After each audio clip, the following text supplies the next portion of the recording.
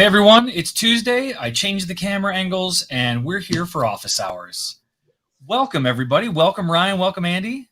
Thank you. This is different. It's different. Welcome. I know I'm not comfortable with it either, but I feel like when we go 3 people or more, this is a much better angle. One, you get to see the full spread of people's offices. Look, you've got a dancing, twerking bear back there. I do. Yes. People have Yes. probably never noticed. But anyway, welcome. For those of you that might be here for the first time, we are here to answer your questions about everything technical for Alexa, whether that's devices or software or skills or ambient computing or whatever it is you might have some burning questions about. We're here to do our best to answer them. And I always say do our best because we know that there's just going to be some questions that are more complicated than we can answer here on a broadcast. So thank you guys all for being here. Look forward to chatting with all of you. And I want to welcome Andy to it. The first episode, he's been here at the beginning. We kind of snuck him in last week, but we're looking to make him a regular. And so for those of you in the audience, welcome Andy. Thank you. Thank you. Glad to be here. I know, Andy, you had something recently that just launched. I'd love for you to chat about that before we get started. Yeah, absolutely. So this last week, our great Tech Docs team put together a tutorial called Build a Smart Home Skill. And I don't know, Jeff, if you can share the link there or if there's a way for me to share it. But if you drop it in the private chat, Ryan or I can share it. And then in the future, we'll get you set up so that you can do this directly. Awesome. Here, let me just send it to you. But for some of you may know that we do have, we had a guide called Steps to Build a Smart Home Skill. And I don't know if you're familiar with that one, but that one was a little more challenging. It talked about a little more on the high level side about how to build a skill. But, you know, if you tried to follow it step by step, it was actually fairly challenging to do because it pointed you to documentation that may not have helped you on your journey. So we created this new tutorial. And we've gotten some great feedback from it so far, and it will take you step by step. We've tested it, and you know, you can create a simple smart home skill that uses the power controller. We walk you through how to set up account linking with login with Amazon to get you up and running. So it's a great little tutorial. Love for you guys to check it out, and if you have any feedback, hit me up on Slack. I'd love to hear what you guys think. Awesome. Well, that's always a good segue. I like to at least take one opportunity every office hours to talk about Slack. So for those of you that may not realize, we have alexa.design/Slack. This is an Alexa Slack community for anybody that's doing interesting stuff with Alexa, whether they're people that work here at Amazon or people that are building skills or thinking about building skills or even devices.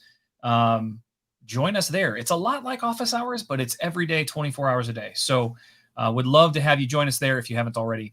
Alexa.design/Slack. So as I jump over to the comments and questions, lots of awesome people here saying hello. A. Witters and Trey Lass and Habuma and Aziz over on LinkedIn. Startup is here, Startup Sanatana. Don is also here. Good morning. I know Don loves to talk about account linking. So thank you guys all for being here. No official questions just yet. But Ryan, I'd love to know, how are things there in Phoenix? Is it starting to warm up?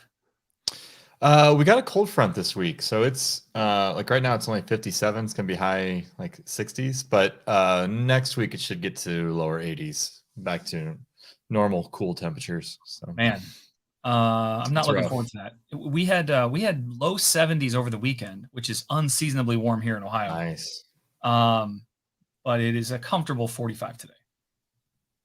Yeah. Nice. I actually spent all weekend pulling weeds out of our yard because now is this time of year when all the weeds grow. Oh, nice. So that's the fun. But they'll all die and wither in a couple months. So sure, the heat'll destroy them. Yep, exactly. Cool. Cool. And what's the temperature out there in Seattle, Andy? I'm gonna guess 40s right now. Just give me a sec here. He is like me. I haven't left my house in like 3 days, so I don't actually know what it's like outside at all. I don't know if that's actually what's going on with you, Andy, but that's my app says it's 43, but feels like 41. So it's a little bit of rain today and feels on the chilly side. So hence the hoodie, the Alexa hoodie. Right. It's not T-shirt weather for me, Ryan. I can't go there yet. No. Right. Ryan didn't Alexa swag up today, which is okay. Not a requirement. I don't have enough yet, Jeff. I need more. Most of the time, you have some kind of Alexa thing on Tuesdays. I do. All right, we have a couple of things in here. It looks like Aziz on LinkedIn is going to have a few questions about his Alexa skill, but I haven't seen them come in yet. But Drew Cosper says, "Hi, it seems that standalone Spanish skills can support ISP in US if they also support English. Same for French in Canada. Any thoughts on if this restriction will be raised?" Well, Drew Cosgrove, welcome to Office Hours, where we don't talk about the future. I don't actually know the answer to this question, but I would imagine if you are using a language that is in a shared locale with a locale that does support ISPs, I would expect those kinds of things to work. As far as working standalone in Spanish only or in Spanish locales that don't currently support ISPs, I know that it is our aspiration to make all the things available in all the places. So I can generalize your question and say yes, eventually.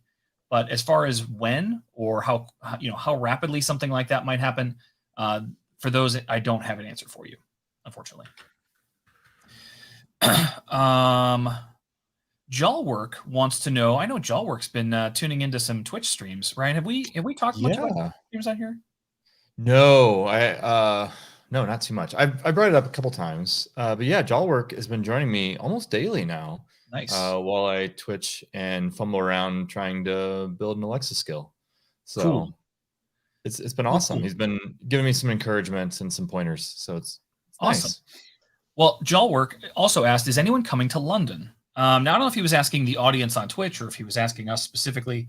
I don't know that any of us have any specific plans for London. However, I will be in the UK, I think, in May. I think. Now, that may mean flying into London.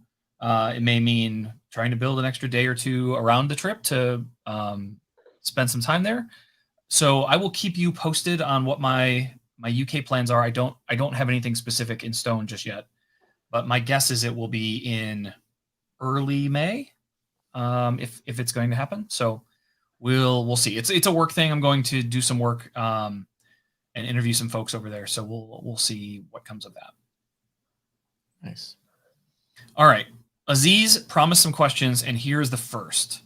I'm building an Alexa skill for smart home. Oh my gosh, I think we have the right guy on the line here. Yay, Andy. I'm working with an electric charger, and I need to tell Alexa to program the charger from 5 to 10 to charge the vehicle. And I need to develop this command, but I didn't find any documentation or controller for building this command. So Andy, what I'm reading here is that he wants to be able to tell Alexa to charge his vehicle from, I think 5 to 10, he means hours of the day, like 5 to 10 p.m. or 5 to 10 a.m. And he's looking for a way to build that command into a smart home skill. I know how I would do that in a regular skill, but I'd love to know what your thoughts are on this, Andy. Yeah, I was thinking about this one. At first, the question, I wasn't sure if you were saying Alexa should do the charging, but I think what you're saying here, Aziz, is that it's an utterance that someone's sending to the smart home skill, and then you're going to take that directive and with that schedule, and I'm assuming it, like you said, Jeff, it is from 5 to 10 hours of the day.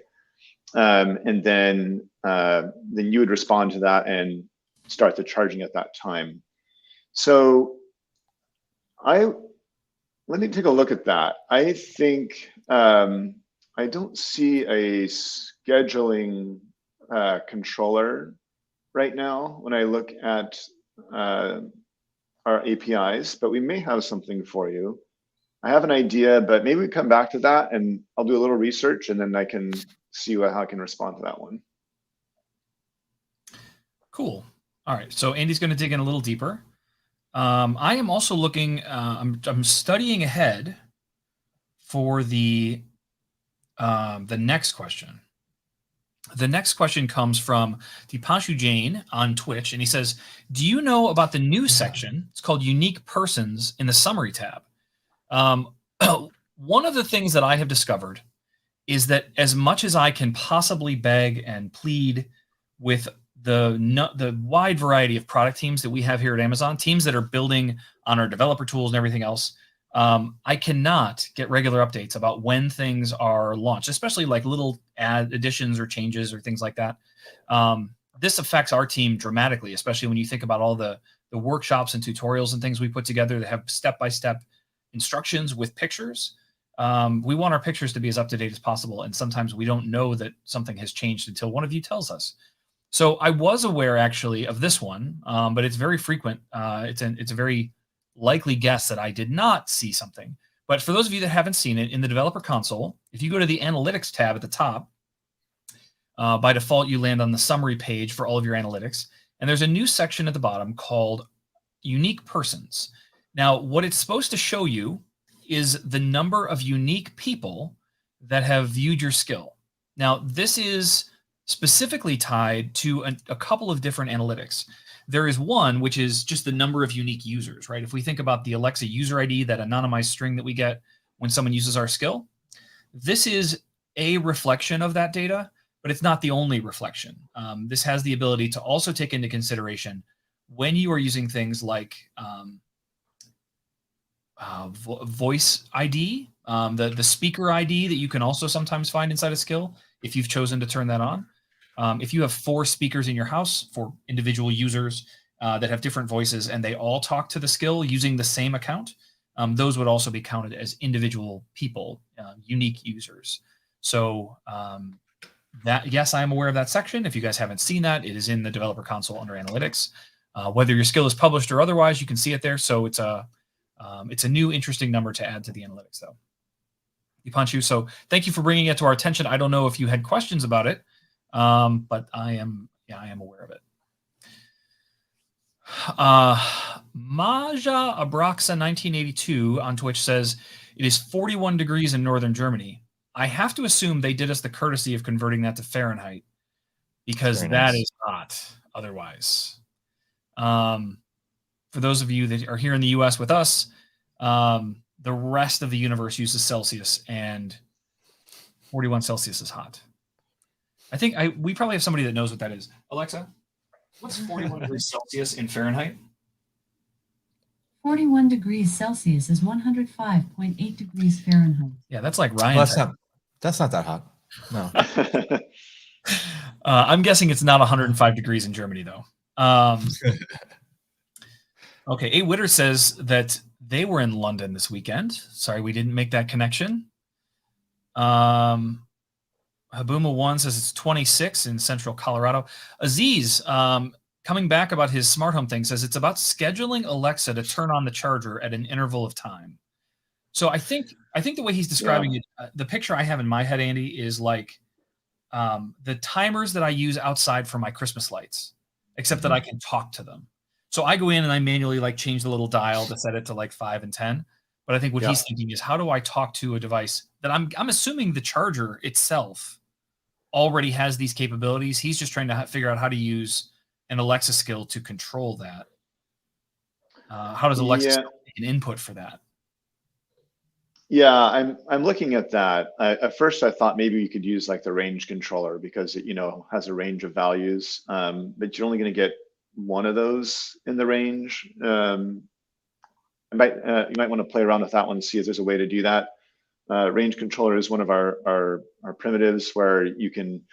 They're not tied to a specific device type, but you can use them to describe properties of the device. Yeah.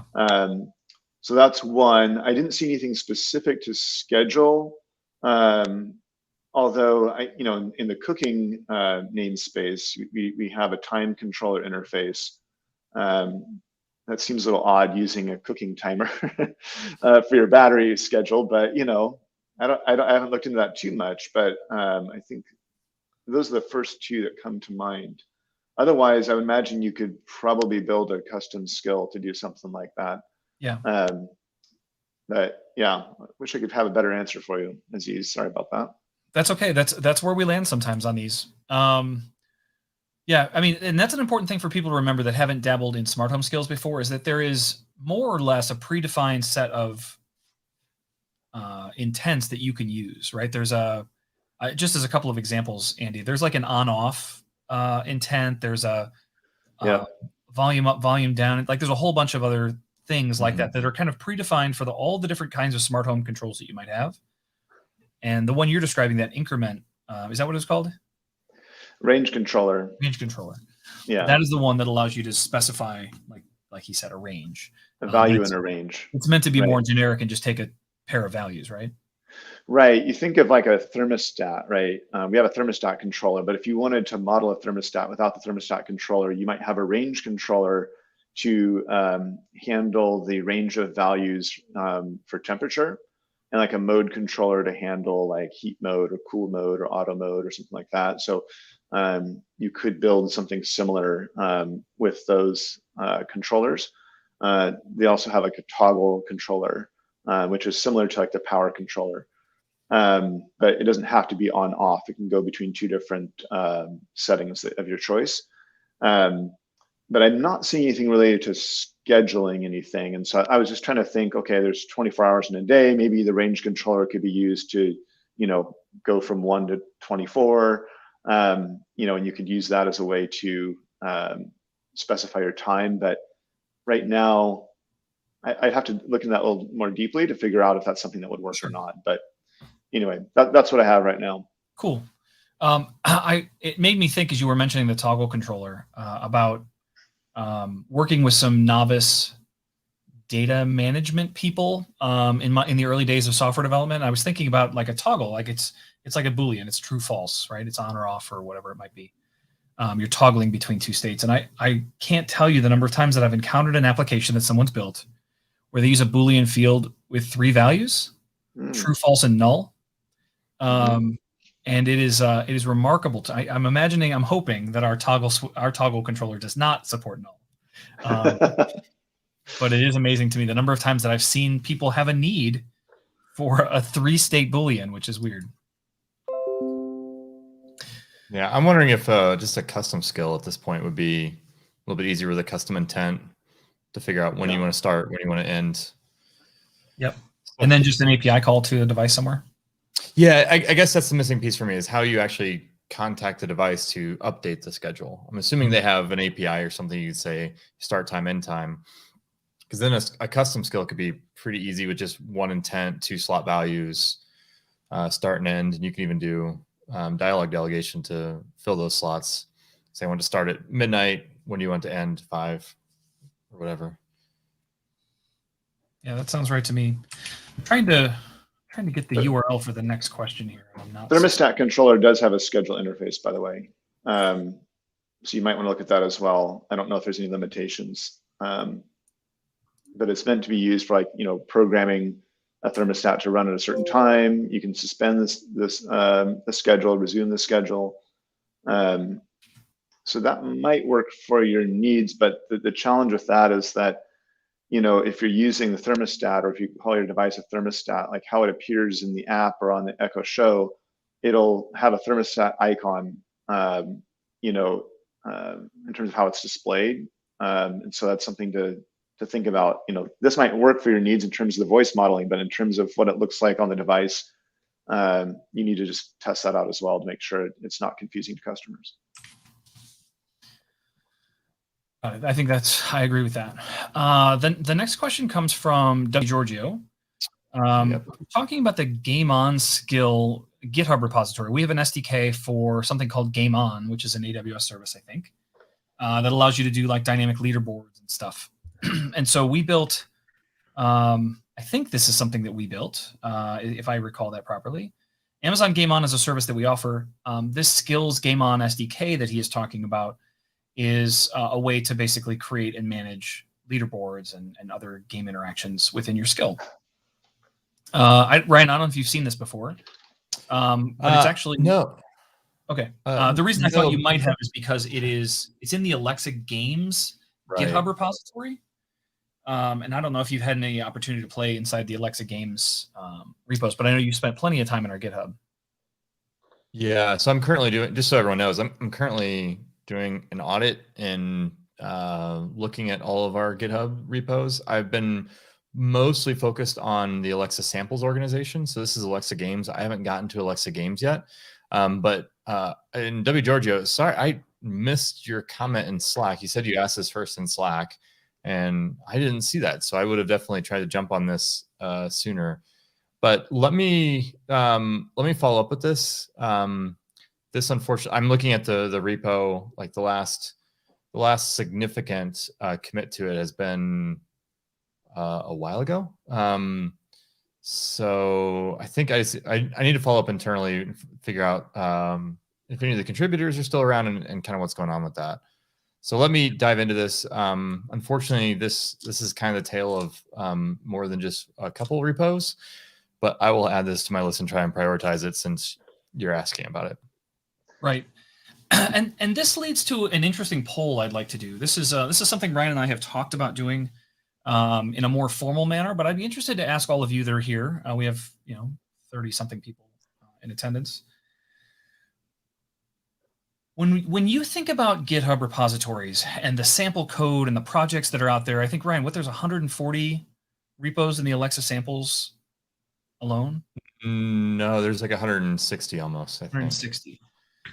We're really struggling to think about the best way to manage and maintain these for everybody. There are, if you guys don't know, if you go to github.com/Alexa samples, you will find all sorts of repositories for all sorts of different features and technology inside Alexa skills. They were all built with the mindset that you would be able to like look at this thing and take it apart and understand how it all works. Obviously, in addition to using our tech docs.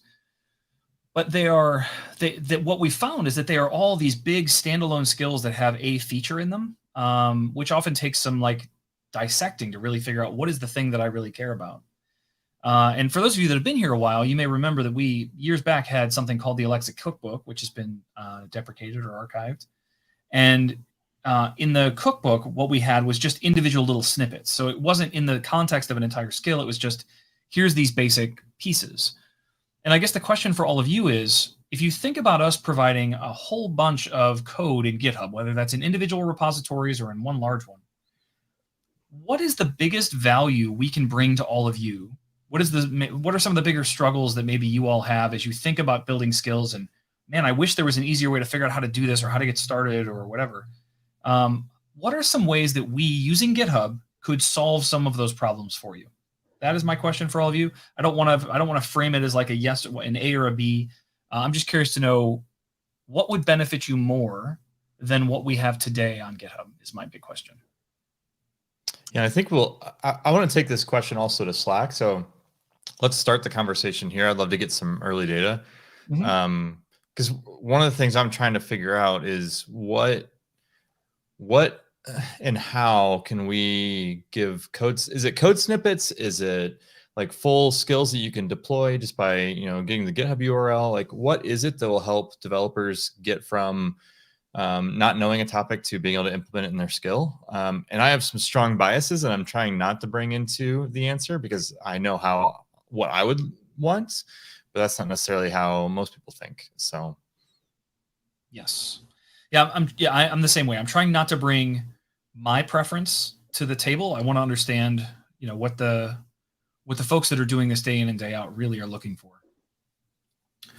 W. Giorgio had another question about personalization. It's a new thing that we've been promoting in the Dev Console. You've probably noticed it at the top of pages. He says it doesn't seem to work for him and it hasn't been successful with it, yet he's turned on permissions. W. Giorgio, I'd like to unpack that a little bit to understand when you say it's not working, what does that mean?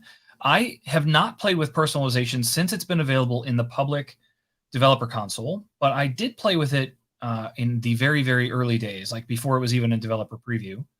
And I felt like it was pretty straightforward and seemed to work, but it wasn't super obvious, right? It adds new parameters to your JSON.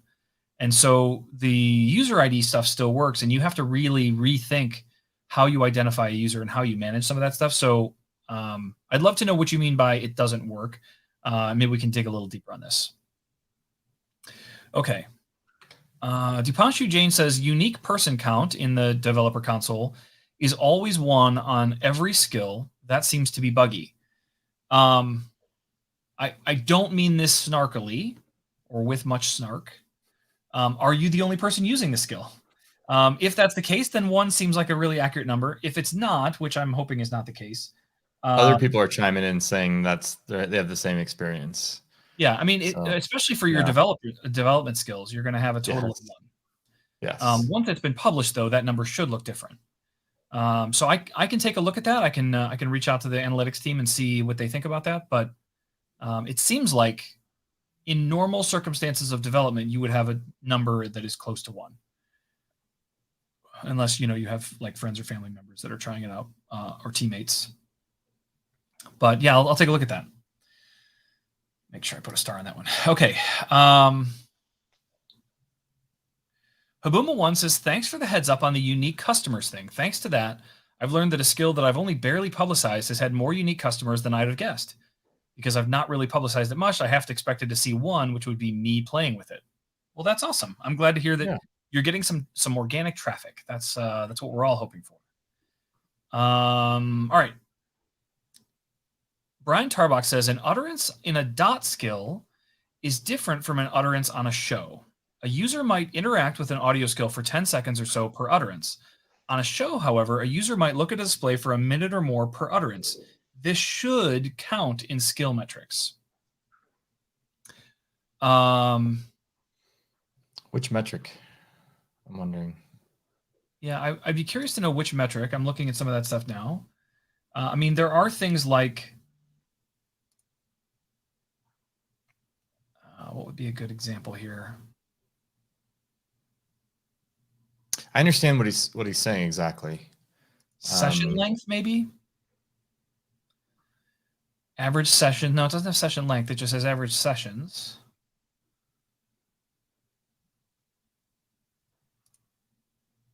I don't see one related to time. I think there is, but there's so many analytics in here.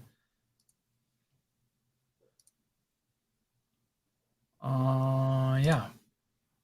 I agree, though. I think that one of the things that is really missing from our analytics is differentiation by device. I think that that's something that we should be showing. I don't know why we're not showing it. You can see it if you build your own analytics engine based on the data that your skill receives. But it does feel like that is something that should be in there. So, Brian, thank you for your feedback. I think it should count in skill metrics. I agree with you. I'd love to know more specifics about what you had in mind, though. Startup wants to know he wants to know if it's possible to use like well, he had a question earlier that I missed. I just realized I missed it. Is it possible to integrate an Amazon Echo input? I don't know if you guys are familiar with that device. It's a little bit older. It was like a small little, it's not a hockey puck because that's thick. It was thin, like really thin. I have one. Disc, yeah. And it did not have a speaker. It only had a microphone, and then you would either Bluetooth or hardwire it to a speaker, hence the input name. And he wanted to know if he could integrate that with an EV charger. I think that anything's possible, but the middle piece is kind of what Andy was talking about earlier, which is you would need some kind of skill or interaction, something, whether that's a custom skill or whether that's a smart home skill to control the two. And then one of his recommendations was, well, why don't you use an Echo to control the power for an Amazon smart plug and have the EV charger plugged into the smart plug? The challenge there, at least in my experience, is that I have an electric vehicle. I have a charger. That does not plug into a normal outlet. I have a hardwired 220 line running to my car versus a normal 110 is what we have here in most United States homes. So you would not be able to just plug a standard smart plug in. Now, I'm sure somebody makes a 220 smart plug. Maybe Andy knows better than I do. I think if you use a level 1 charger, it would plug into a standard outlet, but it would just take forever. So I think you could potentially program that. I'm sure Amazon Smart Plug, you could set your own schedule. Right. Yeah, and you're right. With a level 1, which I think for my car, which only has a 30-mile range of electric, it's a hybrid. It takes like 16 hours with a level 1 charger to charge the battery enough to go 30 miles. Yeah. I would do research though before doing something like that. I don't know that much. I don't know how much power it draws at one time. But going through a smart plug to charge an electric car, I'd just be a little nervous about that. Right. I know they so you can I have seen I don't know what the name is losing it to me right now, but you can install like a wall mount device. So instead of plugging directly into like a NEMA 1450 outlet, you can put a device on the wall, and they do make smart devices that I've seen you can control with Alexa. Yep. They're not cheap, but I have seen that. Now I don't know what the full functionality is with that, but I have seen that. But I definitely have not, like I have in my head like picturing like the NEMA 1450, like the 220 volt outlet, but like a smart version of that. That would kind of terrify me a little bit. But that's kind of what I had in my head when you were describing this. But the use case is definitely really, really interesting, especially like a lot of places. Like I have a EV car as well. And like there's certain hours of the day where it's much, much, much cheaper to charge. Now my car I plug it in, my card maintains the schedule, but I could definitely see a use case where you'd want to control that externally. Yeah, we're in the market for a new car this fall, and my wife thinks she wants to go full electric, and we haven't decided what. She's teetering between Volkswagen makes a car called the ID4, which is like it's like a RAV4 sized SUV style electric vehicle, and then the other one is the Tesla Model Y. I don't know that either of those actually are going to serve the purposes she wants. She likes a bigger car, and I think those are on the smaller of the SUV side, but they're both pretty cool. I've only ever driven the Tesla Model X, which is the one with the like gull wing doors, and I was quite impressed by that car. But we'll see. I'll keep you guys posted as we go on this journey. Habuma said that the name of his skill that he was surprised he had traffic for was called Mouse Guests, and it actually gives information on park hours and attraction wait times for the U.S. Disney parks. Oh, that's cool. Very, very cool. And you can say things like, where's the nearest churro cart? That's awesome. Important questions. Yes. Pretty fantastic. He says he's used it at both Disney World and Disneyland using his phone and the Echo Loop. For you guys who haven't seen the Echo Loop, it's a ring that you can wear that you can talk to Alexa on. But it sounds like he has pre-ordered a talk socket, which I had an opportunity to talk with the founder of that company a couple of weeks ago up in Vermont. And the talk socket is pretty awesome. It's basically a pop socket that has a full Alexa device, kind of like the Echo input. It's a microphone only, but it's Bluetooth to your phone. It uses the app even when your phone is locked, so you can talk to Alexa directly on the back of your phone without having to unlock your phone and open apps and do all that kind of stuff. It's pretty cool. So Habuma, I'll be interested to hear your journey with a talk socket. Very cool. Yeah, that's great. Still have not found any solutions for Revital Schwartz in Israel. It is still, the Android app is still only providing Arabic on his Android device, and he says that it is only an Android problem. That's very, very interesting.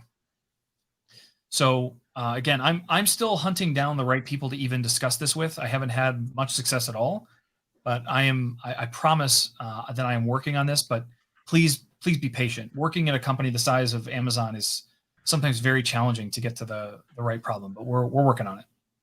I can connect with you offline, Jeff. I think I have a couple of ways that you might be able to find someone more quickly. That'd be great. Yeah. Salil Jakati says, and this is on YouTube, says, "Hi guys, I was trying to use the audio tag within the speak tag in SSML. It seems the audio in SSML is not working. Can you please help? I can almost guarantee I know what your problem is. And this is something that is very, very common for people that are new to providing audio, using audio in Alexa. There are two specific bullets. First, let me provide the page. This is Salil. This is almost always the reason. So please tell me if I'm wrong, because you just say it doesn't work. So I'd love to know what's not working, but I think it's probably this.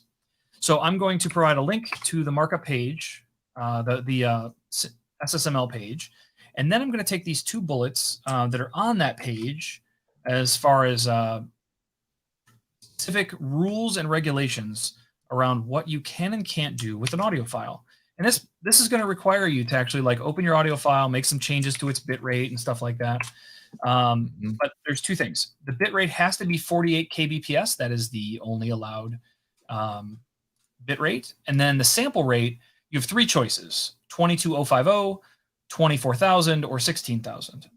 Those are the only 3 sample rates that you could use. So when you are modifying, creating, borrowing, whatever you're doing with your MP3 files, you need to make sure that they adhere to that.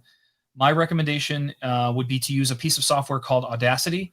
It's available on Mac and PC. You can download it. You can easily change those 2 values and export the MP3 again with the appropriate values. And then those files will work just fine with Alexa. So again, I kind of made some guesses about why you say it's not working, but that's my suspicion. That's what most people run into when they're trying to use the audio tag. Okay.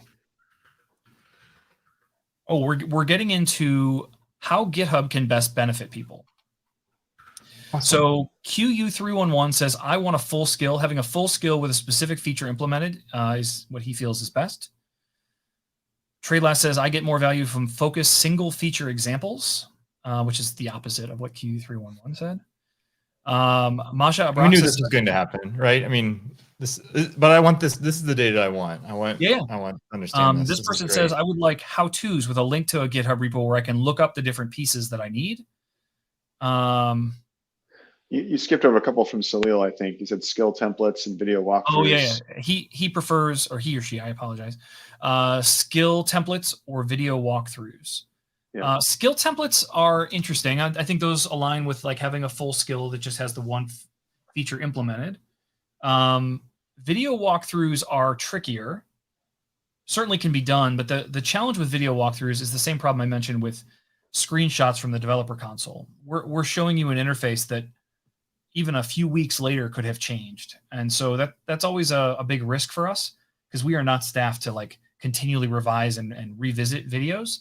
So that's something that we would have to think about. But I like video walkthroughs. They're just challenging to keep up to date. Yeah, a good example of that is last week we also published some changes in terms of the table of contents for the smart home skill APIs and the video skill APIs. So we found that they were fragmented a little bit in different sections, and it was harder to find. So we moved them into the right sections and made it a little clearer so you could see all the necessary APIs together. And so if we had a video of that from before, you would no longer match. So we'd say, go here, and that wouldn't exist anymore. So we try to put redirects in there, but it does create challenges for video content when it gets out of date. Cool. All right, so let's see. W. Giorgio says it doesn't keep the user even after saving. He's referring back to the personalization.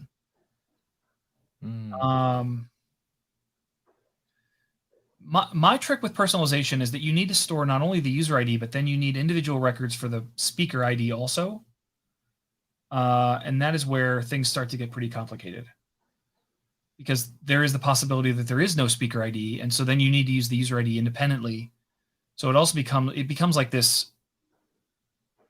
dual pair of values that you have to compare against.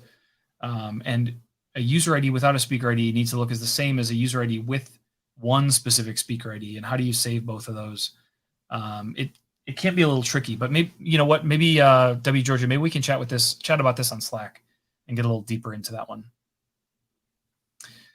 Habuma1 says, having written example code for articles, presentations, books, etc. for nearly 2 decades, I can say that there are 3 kinds of examples, all which are valuable to different audiences at different times. One is simple snippets. We've talked about that to demonstrate a specific concept or technique. 2 is a mid-sized example that shows 1 or more concepts together, but still small enough to not get lost in the code. And 3, full-scale applications that show real-world stuff. I think that we address all 3 of these in different places. But I think it might be nice for us to think about how we could designate where each of those kinds of things live. We have some of our snippets in GitHub. We have some of our snippets in the tech docs. We have some of our mid-sized examples across both of those. I think it might just be an organizational thing to figure out how to do some of this, but that's good feedback, Abuma. Thank you. Yeah. So one of my questions, it's like, there was a repo that I was looking at just recently. I don't remember the name of it, but it was an Alexa samples, and it was showing how to chain together different intents, how I go from one intent to another.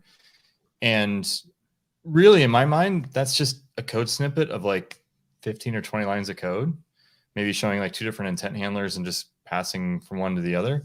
But it was a full skill that hadn't been maintained in a couple of years. And it took me a bunch of, like, I knew where to go, but it still took me a bunch of clicks to get into like the Lambda file and then scan through like the full handler code to get to exactly what I was looking for. And so that's what I'm trying to, I think like what I'm seeing here is like we need to develop like a strategy where if what we're trying to communicate is like a little snippet of code, then just show the snippet of code and Right. maybe Node and Python. If it's like, how does this fit into like a real world skill, then show a real world skill. Like, does that resonate with people? I'm just kind of wanting to get feedback in the chat, but Yeah, that's good. That's kind of what I'm wondering. Both, I agree with Habuma. In your experience, writing a bunch of different types of docs or different types of educational material is super helpful. Okay, Q311 says, I have a friend that makes comic books. I was going to make a skill for him with the hope that he could eventually monetize that skill. Can he sell his comic books somehow inside the skill? Short answer, yes. Yes.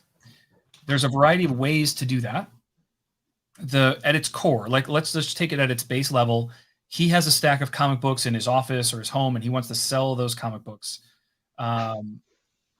You would have to use something like Amazon Pay to solve that problem. Amazon Pay is the mechanism that we recommend for selling physical goods and services. I'm sure Don will have some things to say about that. But as we think about the path that we recommend, physical goods and services, whether you're a plumber or a comic book maker or whatever, you would use Amazon Pay inside your skill to be able to sell physical goods and services to your customers. If you are selling digital things, something like maybe they could look at the comic book on an Echo Show or something like that, you can use in-skill purchasing for that. In-skill purchasing is designed like all of the other in-app purchasing you see in many other app stores. And there's a split, right? And we're in the middle of a transition from 70-30 split to 80-20 split, depending on a bunch of other criteria. But at its core, there is a split. And so where you pay a very small transaction fee on the Amazon Pay side, you pay 20% of your cost as part of the transaction using in-skill purchasing. So yes, you can do it. And then we also have announced some things at Alexa Live that I'm hoping will be along here very soon, available to the public, which are the ability to sell things that are available on Amazon. And so if your friend sells his comic books on Amazon, then it would be very easy for him to sell those same comic books from Amazon in a skill. And they're called shopping actions. We talked about it at Alexa Live. You can dig in and take a look at that. It's not publicly available just yet, but that is something else to consider if he had his inventory available on Amazon. I think that covers all of it. But the short answer is yes, absolutely. You can sell comic books through a skill. I actually really like that use case. I think that'd be really cool on an Echo device to be able to page through. And I'm thinking like you could even do a subscription where you could say you have unlimited access to comic books, or for a subscription where you pay monthly to get unlimited access to comic books. Yeah, I like that. I like that a lot. Cool. So someone named Project Disaster. Well, first let me address Habuma's comment. He goes, I know that my answer probably didn't help Ryan much, but there are different audiences who learn differently or learn differently at different steps in their journey. So all three of those types are super valuable. I completely agree with you. Agreed. And I think as Amazon, we need to provide all of them. It's just figuring out how to best organize and make those available.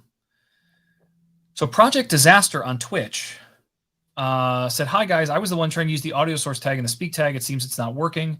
Not sure where and how to reach you folks. I tried to message you on the YouTube stream. I didn't see the chat you folks are seeing. Project Disaster, you were absolutely in the right place. And we did answer your question, but I can try it again. Although it looks like Habuma may have also answered your questions. We are, the chat that we're reading is coming from LinkedIn, YouTube, Facebook, Twitter, and Twitch. So there are many, many more questions that we're receiving here than you're seeing on one of those individual channels. So sorry for the confusion there. But Habuma said, if it's not working for your custom sounds, but it is working for the provided sound library, we offer an Alexa sound library, if you guys aren't aware. there are requirements for bitrate and other encoding HTTPS hosting if you're going to host your own custom sounds. Maybe that's not the issue, but I thought I'd offer that. Yeah, so I think we may end up getting there. It looks like we still have a lot of questions and things, but Project Disaster, that is most likely the problem. And I did provide a link to the speech synthesis markup language page for audio tag, and you'll see that there are very specific requirements about bitrate and sample rate that you need to adhere to with your MP3 files.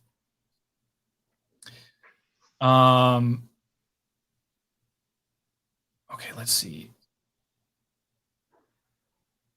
Then there's a bunch of people responding to Project Disaster on Twitch, so that's great. Awesome. W. Giorgio says, I was just looking, I was just doing an ID4 page, and there are many electric vehicles out there. Don't do Tesla. I think he's telling me to not buy a Tesla. I don't know that we'll get one, but that's good feedback.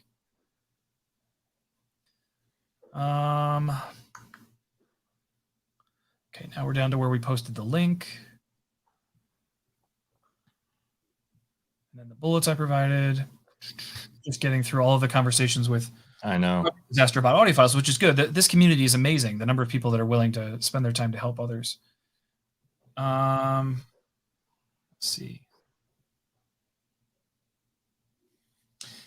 Ryan Tarbox, I think he's asking the community this question, but I'll ask it. He wants to know how many people create multiple regional lambdas for their skill to improve performance. He has multiple lambdas using CloudFront for his large static audio visual files, and then S3 regional replication for his dynamic. Love it. He said he got significant speed up as a result of this. That's the way to do it. My suspicion is most people are not doing that, Brian. But I think it would be really interesting if you're willing to spend the time. I would be happy to share this with folks. If you're willing to write up how you do this, like, you know, you've kind of talked about it. What's that, Andy? What's this? Oh, Brian posted his write-up in LinkedIn. He actually wrote a blog post I on how didn't to see speed it. up skill performance yesterday, I think it was. And so he might actually already have that all written up. But I was going to give a shout out at some point. But here, maybe I can. That's even better if he's already written it. Yeah, let's let people see it. Yeah. It's posted on LinkedIn. I'll share it with you in the private chat, but yeah, Jeff, we have this thing called Slack, where Brian Tarbox put in there. Here, let me just. I put it in the private chat too. So, but thanks for writing that. I'd love to see the community like post informative content like that and how to help others improve their skills. It's awesome. Yeah, and this does increase the cost of hosting your skill, but actually not as much as I think people would realize. For like, if you have Lambda in a bunch of different regions, what you're really doing is you're spreading out like your invocation costs across multiple different regions. So the downside that you can run into, and I actually saw this as a conversation in Slack. I don't think it was tied to this one. Like if you have all your traffic going to one Lambda and then you split that up and you start increasing the number of Lambdas you're going to, you might see a lot more cold starts as the Lambdas, now the load is getting spread out. So you could see sometimes Lambda invocation can actually go up by doing this just because of the cold start mechanism behind Lambda. There's tricks to kind of keep that going as well and not have, but if you have a skill that's getting a decent amount of traffic, then this type of stuff will really, really, really help. So I love that you went and typed this all up, Brian. All right. So yeah, great. I'm gonna have to go read that article today. That's awesome. Okay. So A. Witters asked a question that I want to ask of Project Disaster, which is that he's saying he did use the specific settings mentioned in the link that I provided, but it didn't work.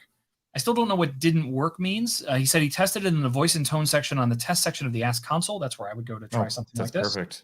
Yeah. And it's still not working. So if you can provide a link to that MP3, I think many of us would be happy to give it a try and see what error we get or what issue we might recognize.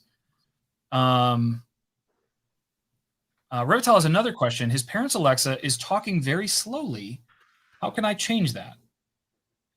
You guys don't know this. This is a consumer-facing feature. It's not something we as developers can control.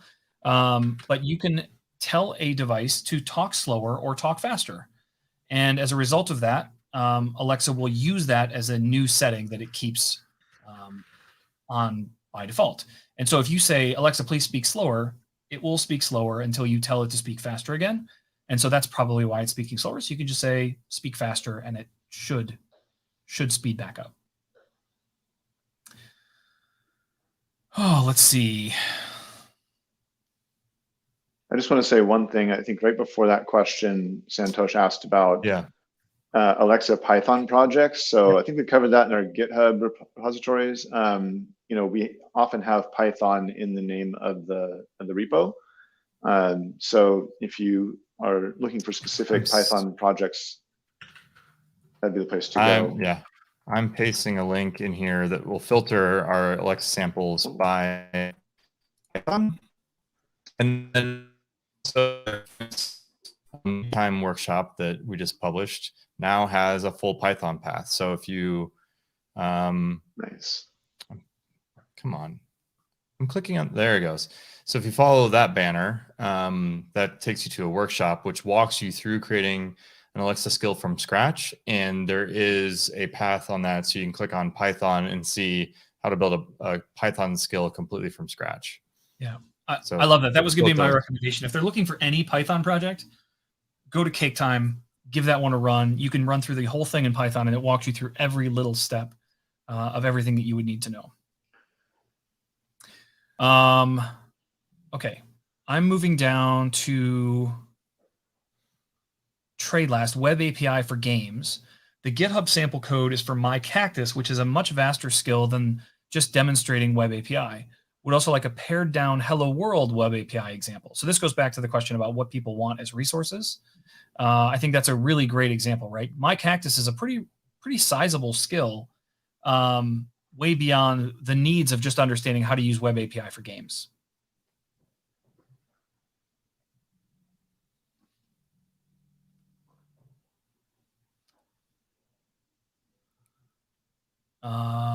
Revital is talking about the same topic.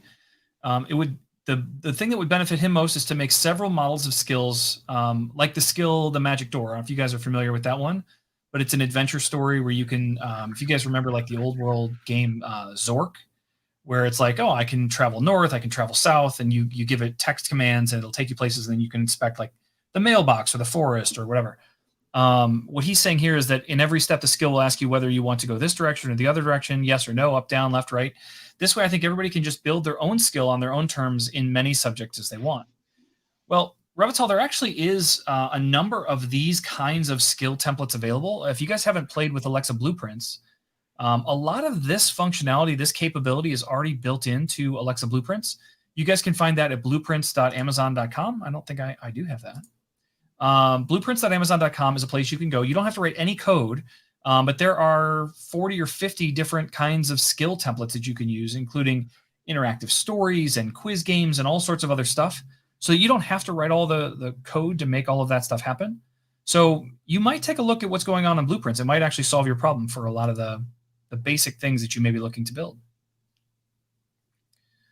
TezaWorks wants to know what cold start means. Ryan, you want to take that one? Yeah, and actually, Habuma already answered it, and then I pasted a link to a blog article describing it. But basically, this is an AWS Lambda thing. When you deploy a Lambda function, it runs on demand. But when it receives its first request, so if let's say you deploy a new function or you update the current function, it doesn't actually do anything with that function until the first request comes in. When the first request comes in, then it prepares an execution environment where it can handle subsequent requests. At some point in time, if there's not a certain amount of requests in a certain given time, then it kind of destroys that execution environment and has to recreate it again when new request comes in. If you have, and then if you're doing this, and if you have a ton of traffic and there's a bunch of things happening in parallel, then it might spin up multiple execution environments in parallel. And so this kind of, it's all stuff that you don't have to worry about, but you have to be aware of it to know this is part of the design of Lambda. And so there's people who've done tricks like setting up timers to ping their Lambda function like every couple of minutes just to keep it alive and keep the execution environment running. They've gotten a lot better at reducing the execution or the cold start time, but that's what we're referring to. When we talk about cold start, it's that initial load, and it happens every time you redeploy code or if your Lambda hasn't been hit for a long period of time. And so that's why I said when you spread to, like if you had one region where all your traffic was coming into one Lambda function, then it might keep that environment running longer. Where if you spread it across 20 different regions, then like you run a chance of hitting more of that cold start scenario because you're not getting the constant requests coming in. So that's excellent. What that is. And you and Habuma and A. Witters all gave some excellent definitions about cold start. So thank you for that. Theirs was probably better than mine, but that's awesome. That was pretty good. That was pretty good. And so Brian Tarbox adds, you can only do Lambda provision concurrency on a Lambda with versioning or aliases. That's not something that I knew, but we all learned that was part of the Slack conversation. I think Brian mentioned that in Slack too, which I didn't realize that until that was mentioned. W. Giorgio said, I like the blueprints idea, but it also allows saturation of the skill store of duplicate type skills. I know OxygenBox mentioned this on Twitter yesterday. Yeah, I mean, I think that you're always going to run into those kinds of scenarios where the easier we make it for people to build things, the more likely they're going to build the same thing. And in many cases, people are building templates and blueprints just to try stuff out, but they publish them to the store, and on their own, they do stand alone and can work as a standalone skill, so they pass certification. But I think that there needs to be a look on our side about how much is too much, and do we need to have conversations about, if a skill hasn't been used or touched in 3 years, is it providing value, right? I don't know what the right answer is there, and I'm certainly not the one to make that decision, but it is an interesting conversation to have, for sure. We have 3 minutes left, and we got to the bottom of the list. It's amazing how that seems to work out every week. This is a tough list today. It was. Good question. I like it.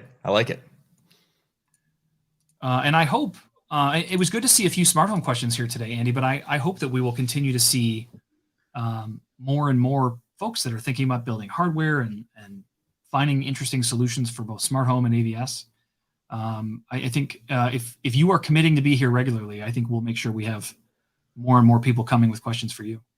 Yeah, I'll try to be here as much as I can. And I think also I should let people on my Slack channel know in Smart Home that I'll be attending these.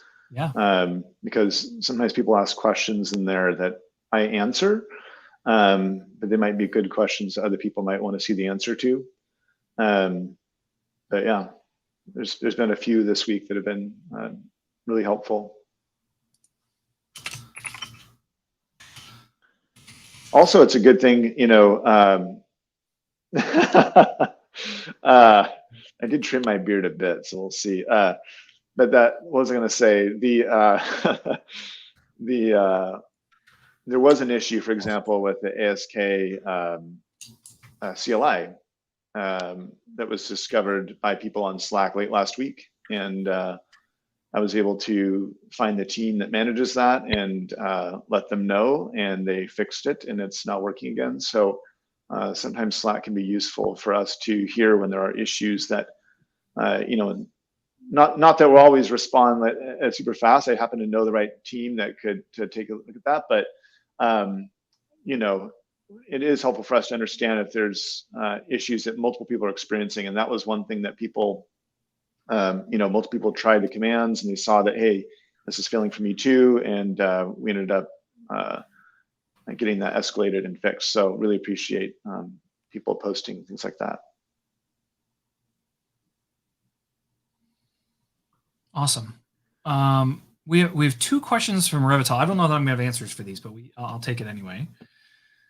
How come the Echo Show can tell me the exact time base for current traffic to work, but when I ask for the nearest pizza, it says I can't identify businesses around yet, even though it's on the same geographic place. This is a data problem. My understanding is that for everything that Alexa's looking at, we need to be able to provide all of the business listings and all the other information. And the reason that it's saying it can't identify businesses around you yet is because we probably haven't populated Israel yet with all of that data. So that would be my assumption. I don't know that for sure, but that seems like a likely outcome of that. The other one you have here is, I noticed that if I slide my finger from top to bottom on the Echo Show, it says random letters in the phonetic alphabet. For example, C, Charlie, T, Tango. What is the explanation for that? I'm curious, since I know this phonetic language. I have never in my life seen an Echo Show device do that. I have several here. If I swipe from top to bottom, I get the menu for the device. I don't know. I haven't seen that. Revtal, if you wouldn't mind, you can find me on LinkedIn, or if you want to jump in our Slack, I'd love to see a video of this happening. If you have a video of you swiping the screen and it's saying phonetic letters, I would love to share that with our product team so that they can understand how that might be happening, because that doesn't seem like it should be, for sure.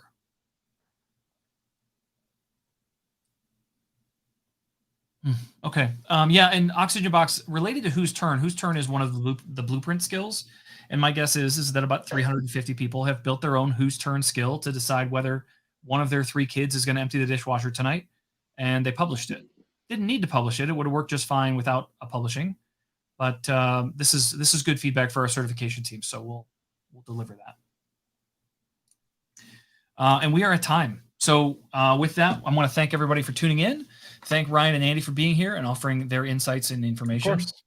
And we will see you guys all next week. I will be live from South by Southwest next week. And Ryan will be on Hawaii.